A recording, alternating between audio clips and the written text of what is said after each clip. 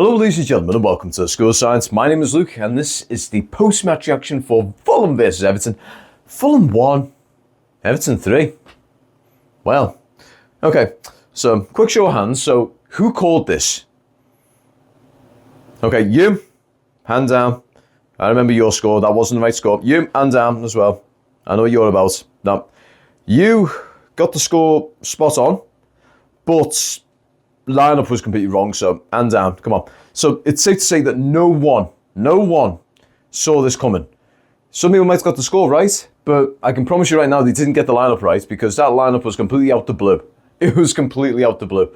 So you had, let's see, 1, 2, 3, 4, 5, probably 5 knocking on 6 players in the starting lineup that potentially might even be Everton players come next season. So those being Ashley Young, Michael Keane, Abdoulaye Doucouré, Jack Harrison, Beto, and I don't want to say it, but Alcaraz. So you got 6 players there that could potentially not even be Everton players come next season. And they all played, well, I'll probably say about 4 to 5 of them played really crucial roles in this game today. Now, don't get me wrong, when I saw that lineup, I had cold sweats for half a second because I was looking at it thinking, okay, so we're throwing this game. I saw that. I saw Michael Keane, I saw Ashley Young, I saw Harrison, and I saw Doucouré, and I thought, okay, so we're essentially throwing this game. That's how I thought of it. I didn't mean that in a bad way, but that team was not going to work against Fulham. This was not too different from the Fulham squads that beat Liverpool 3-2. So for us to go to Craven Cottage and try and get a win out of that with that team, I thought that was like trying to go up Mount Everest with a fucking wheelbarrow. But yeah, so first 20 minutes to maybe even 30 minutes, that seemed to be the case as well. So Fulham, they weren't holding any punches. They were just peppering us with shot after shot after shot. They were going for it. Jimenez, cracking player, got a hold to him. Alex Iwobi, I do feel like the squad that we've got right now, I don't think he'd be flourishing in our squad. So he's doing really well with their team at the moment. He's really going for it. He was pushing at us. The Fulham squad as a whole was just pushing at us. We just couldn't get any leverage on them at that time. We had a couple of moments, I believe. Now, bear in mind, I was driving home when kickoff happened. I got in around the 10-minute mark. So first 5 minutes, I was listening to the audio on the Everton app through my car, and it sounded like one moment we did actually have a close one with Branthwaite. It got deflected wide or something, I'm not too sure, so don't quote me on that one. But yeah, so after about, probably say the first 15 minutes, they just kept at us, and then one from the, not even out of the blue to be honest, it kind of seemed like it was sort of lurking around for that first bit of the game. So ball comes in, Raul Jimenez runs through, basically bullies Mykolenko off the ball, gets between him and Branthwaite, gets a nice clean header, 1-0. So with that one, I feel like that one was more the marking system. So as we know, modern football now, they've sort of ditched the whole concept of, man marking, and it's now zonal marking. So what happens is if this is how much I hate it. If a player's within your proximity, it's your obligation to basically mark him. It's as though they go into your zone, he's your man.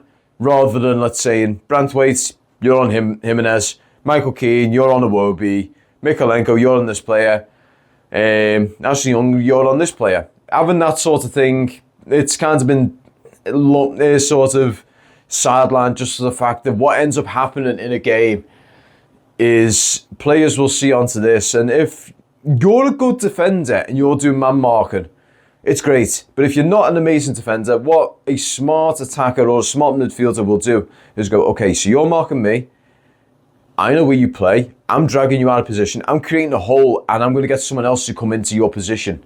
So you're basically going to try and shuffle that back line up by just moving around and being a nuisance. That's how you can sort of work around the man marking. But the only problem is with zonal marking, if you've got players who haven't got great spatial awareness and someone is coming around the back of them, and on top of that spatial awareness, you've got poor communication in and around your backline. So let's say for the fact that we're missing Tarkowski at the moment, and it seems to be quite apparent in this particular situation, Tarkowski would have had Jimenez all day long.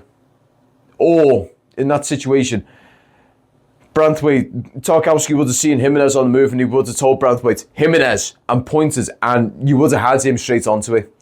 So, in that situation, we were lacking, and as a result, went behind. And from there, it seemed to be the usual situation with us at the moment. We concede, and then we start playing. It's like we're saying to them, right, come at us. Let's see what you've got. Come on, keep coming. Oh, so that's what you can do. Sweet, this is what we can do. That's how we seem to be playing at the moment.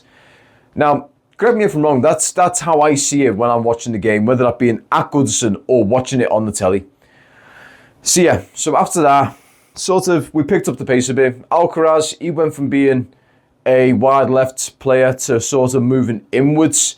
So you had almost like a dual 8 with a 6 and a 10, rather than having a number 6, number 8, number 10, a left wing and a right wing. We had one number 6, two number 8s, one number 10, a bit of a cavity in the left, Harrison on the right, better up top. So you had that sort of system. Mykolenko, though, was actually pushing up and covering for that cavity a bit.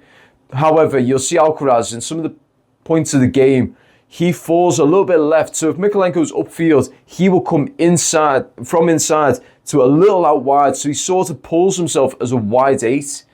Now, this is good, just for the fact that what I've seen so far from Alcaraz, we pay that 15 million. We pay that 15 million.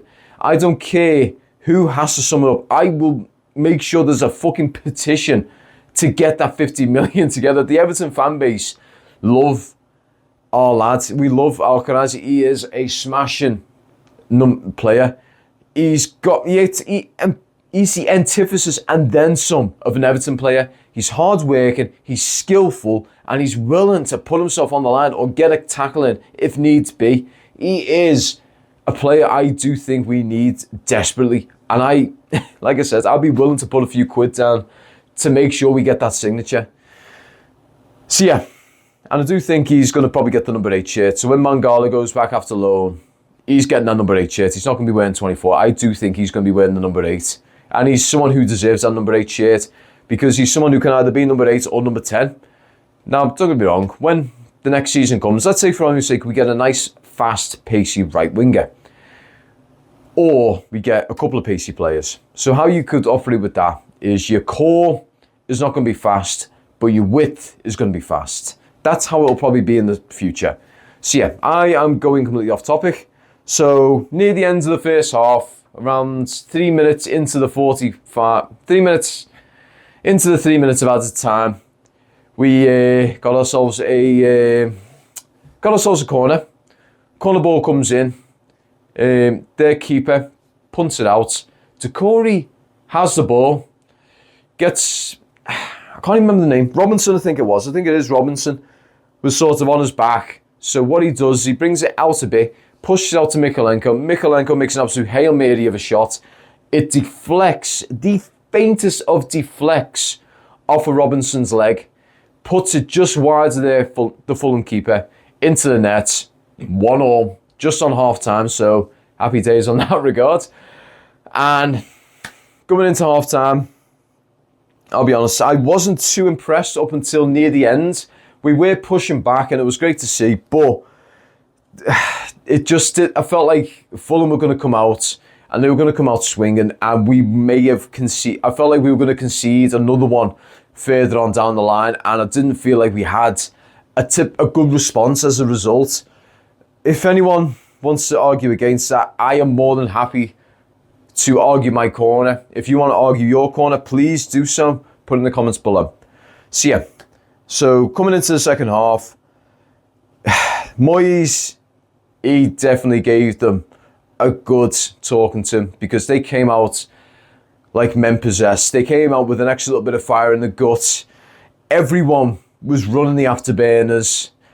Pickford making great saves throughout that second half, nearly buggered his shoulder as a result. So what happened is Fulham player coming down the wing, caught Pickford off his line and tried to loft it over him. Pickford put every inch of his body on the line to get a nice high hand on it, push it away, and as he was coming down, brings his arm in on itself awkwardly and lands firmly onto it. And it almost, I was worried that he dislocated his shoulder when I saw it, because when he came down, he was in pain. Serious, serious pain from the looks of it. But persevered through it. Absolutely love this keeper. He is an amazing keeper. You cannot deny that Jordan Pickford is one of the best keepers Everton have had in such a long time. He is basically, if you were to look at a tier system right now, he's up there with Neville Southall. Now, bear in mind, Neville Southall's before my time, but looking at his stats, him and Southall up there at the very top of it. And again, put it in the comments if you don't agree. There's going to be so many comments below with people not agreeing with what I say, because I'm happy with the result, but I'm also, I don't know. It's a weird one. I am delighted with the result, but the game was a weird one. It was so weird. So yeah, come around the 60th minute mark, 65 minute mark, made a couple of changes. So Iliman Ndiaye comes on. He comes on for, who was it? Oh, that's completely slipped my mind. Holy crap. So Ndiaye and McNeil come on. And from there, that was actually a nice little change of pace as well. So we did have the afterburners going. You can see the fatigue was starting to slowly set in with a couple of players here and there. But with Ndiaye on and McNeil on, you've just added an extra bit of creativity. Alcaraz was still on the pitch as well. Did Decore come off for Ndiaye? I think he did. It's going to be here who came off and who came on, because that is messing with my head now. So yeah. So Ndiaye comes on, McNeil comes on. So you got McNeil operating off the right. So Harrison obviously replaced McNeil. And Alcaraz seemed to have come midfield. So you had Ndiaye on the left, Alcaraz middle, and McNeil right. And they just worked so well together. So you got the tenacity and skill set of Alcaraz, not willing to let the ball go, putting his body on the line. You've got Ndiaye bombing it up and down that field as well. He was being basically a committed left winger in that situation, and McNeil doing McNeil.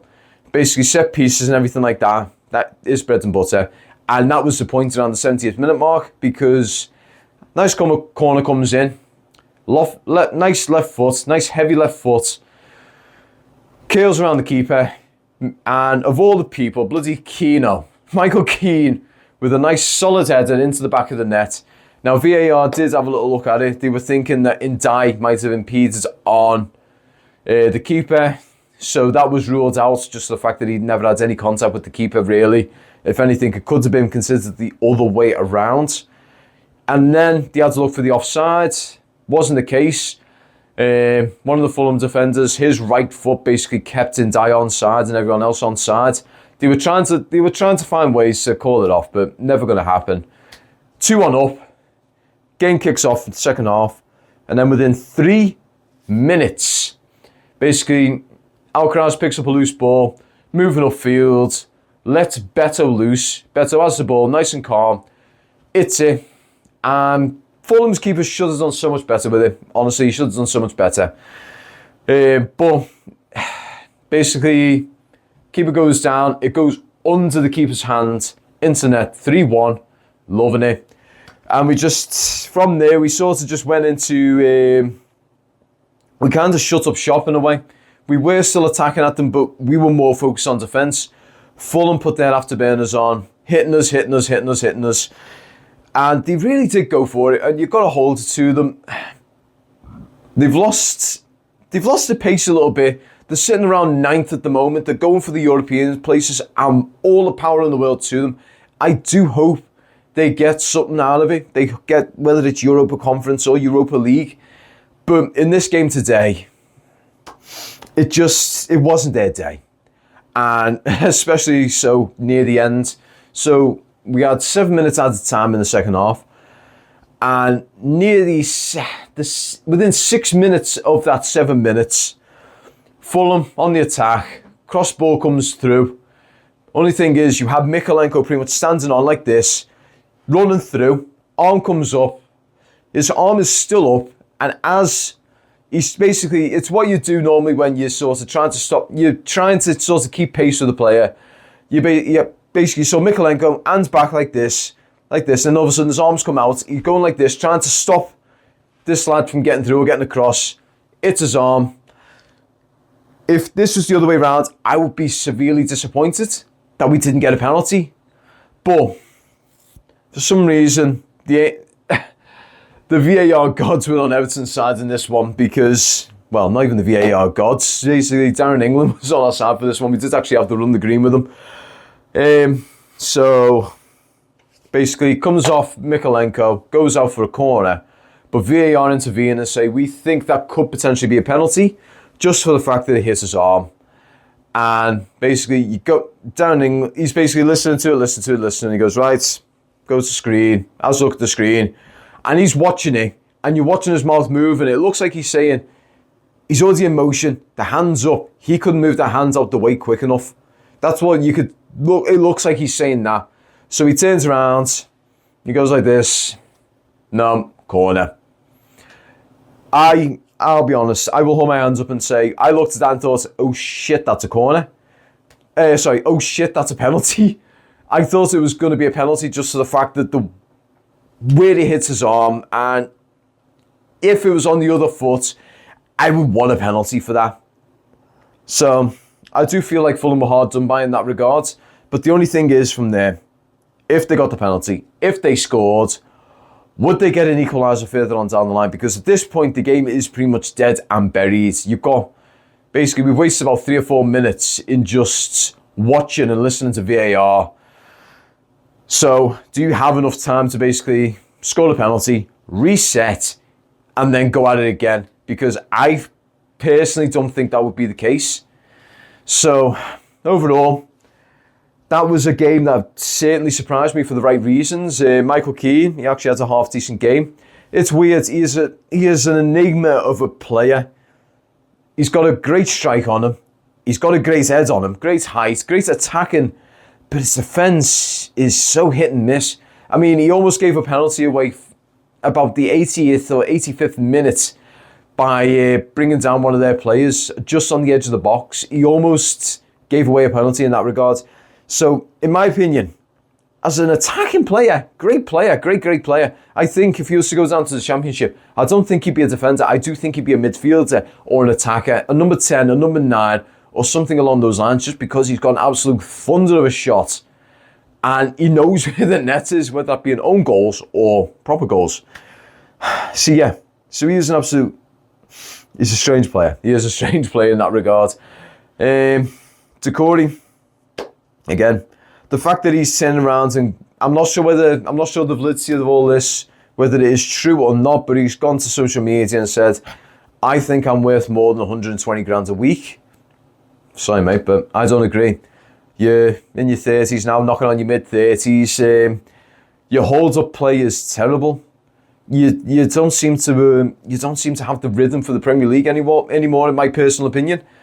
Don't get me wrong, if you were to go into League 1, Serie A, La Liga, Bundesliga, Portuguese, if you went to any league other than the Premier League, even if you went down the league, I would say you're a good player still, but the Premier League is not really your area. You might be good as an impact sub for a team that comes up, say like Leeds or something like that. Leeds, Burnley, great, but not for us, unfortunately, because what ends up happening is you get the ball, you're surrounded, and either you have to pass it backwards, pass it sideways, or you try and make an advanced pass, and there's a good chance you've just interrupted the flow of play, because when you get the ball at your feet, you stop. Instead of moving with the ball, you stop, and it's way too many times. Off the ball, you're still a great player, but on the ball, Jesus H. Christ, you just... You become like a Crosby bloody Iron Man. You're the Crosby Beach Iron Man. You're just like that. You just stopped. And it's not going to work, mate. you know? I mean, Ashley Young, 39 going on 40. I do think he's time to move him on. Michael Keane, although he scored today, he had a great game today. I just don't see a part for him either. Oriol Mangala, he's one I think would be sending back. Lindstrom, same. Maybe get him on another loan, but the problem is now he's got a serious injury that's got him out for the rest of the season. So I don't see him coming back in, Who else? Harrison. Harrison, I don't know. I think if we were to find a player who's a fast right wing, let's say let's put it like this: if they're decent on the ball, they've got a lot of pace, and they're reasonably physical, I would sign them over Harrison. But if they haven't got them three attributes, let's say for argument's sake like this: pace, 8 out of 10, ball control, 6 out of 10, physicality, 6 out of 10.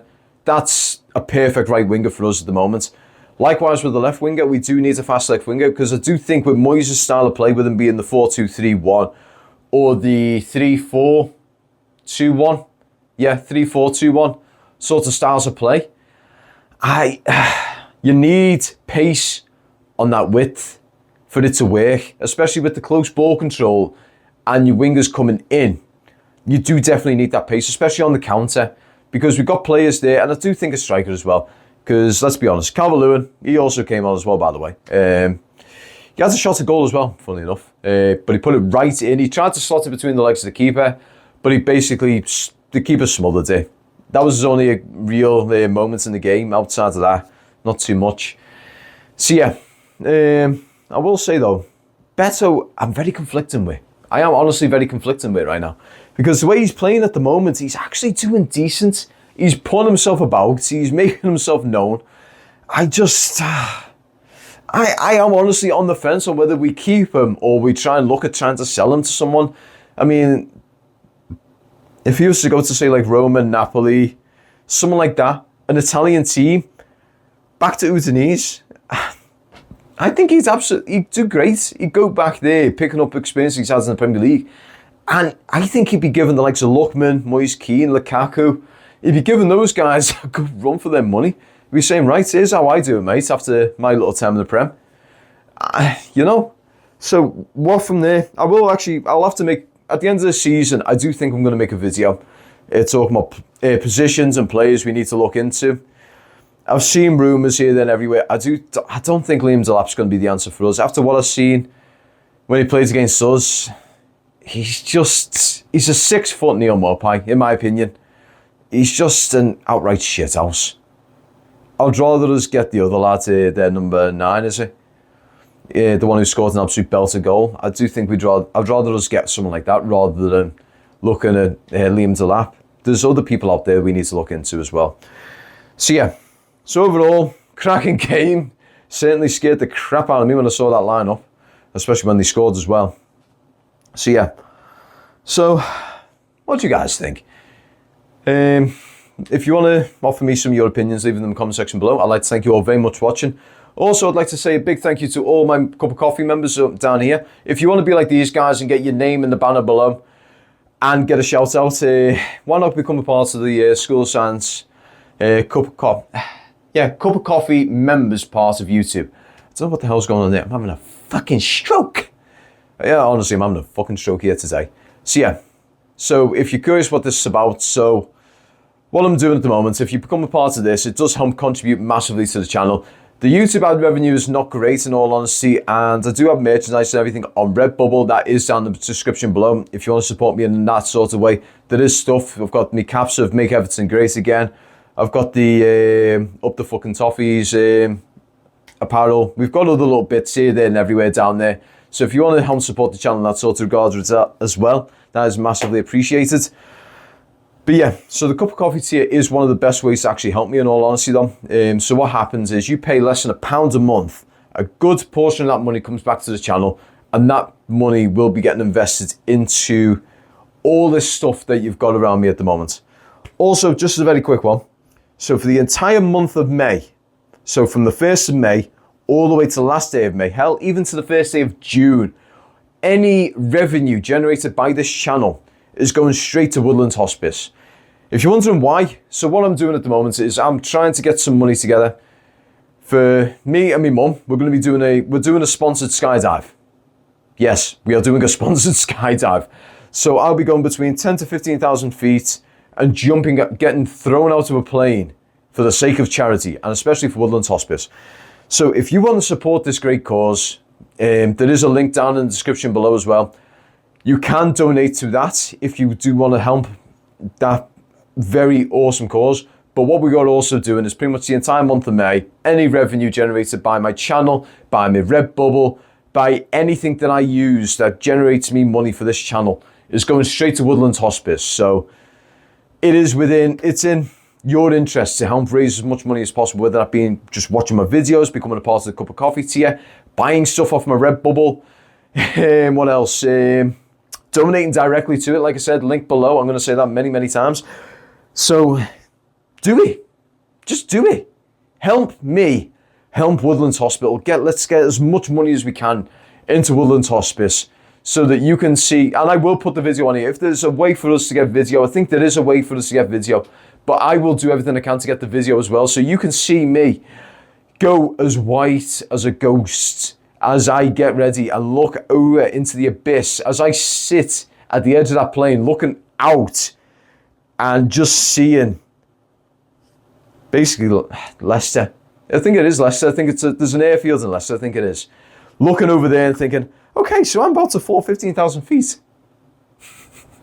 So yeah. Anyway, guys, again, I'd like to thank you all so much for watching. I hope you guys have a great weekend. Up the fucking nerve-wracking toffees, and peace.